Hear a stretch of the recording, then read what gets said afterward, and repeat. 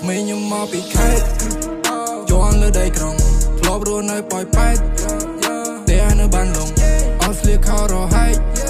តែខោខ្ញុំរលងចូលចិនធ្វើឲ្យប្លែកធ្វើឲ្យបានមុនក្មេងខ្ញុំមកពីខេត្តជន់លើដីក្រុងធ្លាប់រស់នៅប៉ោយប៉ែតតែនៅបានលងអត់ស្លៀកខោរហែកតែខោខ្ញុំរលងចូលចិនធ្វើឲ្យប្លែកធ្វើឲ្យបានមុនគេ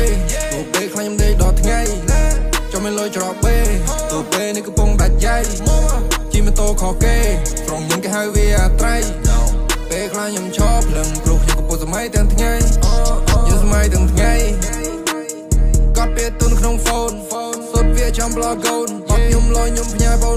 ថាខ្ញុំចេះថាខ្ញុំចោខ្ញុំជាអ្នកធ្វើខ្ញុំនឹងចាំតែខរកពេលសំដីខ្ញុំចាំគ្រប់ចន្លោចាំទៅដល់ពេលខ្ញុំនឹងសងវិញទាំងអស់ពេលខ្លាញ់ខ្ញុំអួលខ្លាញ់ខ្ញុំដួលលែងចង់គិនហើយខ្ញុំចង់ដូរខួរពេលខ្លាញ់ខ្ញុំគិតចង់ទៅស្រែកសួរខ្លាញ់ខ្ញុំចុកដូចធ្លាក់ពីលើទួលឃើញតែខ្លាហើយពេកខ្លាលយពេកធ្វើតែខ្លួនឯងនឹងតែនៅលើមេឃឃើញតែខ្លាហ៊ានពេកចង់ហែកមេឃគិតតែថ្ងៃនឹងតែមិនគិតដល់ស្អែកចង់ឲ្យគេមើលឲ្យគេថាគាត់លយយកមកហេរ៉ូវខ្លាចប៉ាចង់ឲ្យសយព្រោះខ្ញុំទៅបាន 10k subscriber ដូចបានកំណត់ពីឋានលើខ្ញុំលយខ្ញុំខកក៏អ្នកមើលអ្នកចាំតែថាតែខ្ញុំធ្វើមិនខ្ញុំមកពីខេត្តជន់លើដីក្រុងធ្លាប់រស់នៅប៉ោយប៉ែត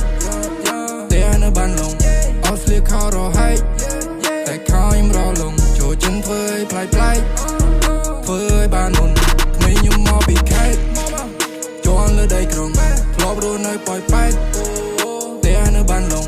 អត់ស្លៀកខោរហែកតែខោខ្ញុំរលងចូលចិនធ្វើឲ្យប្លែកធ្វើឲ្យបានមុន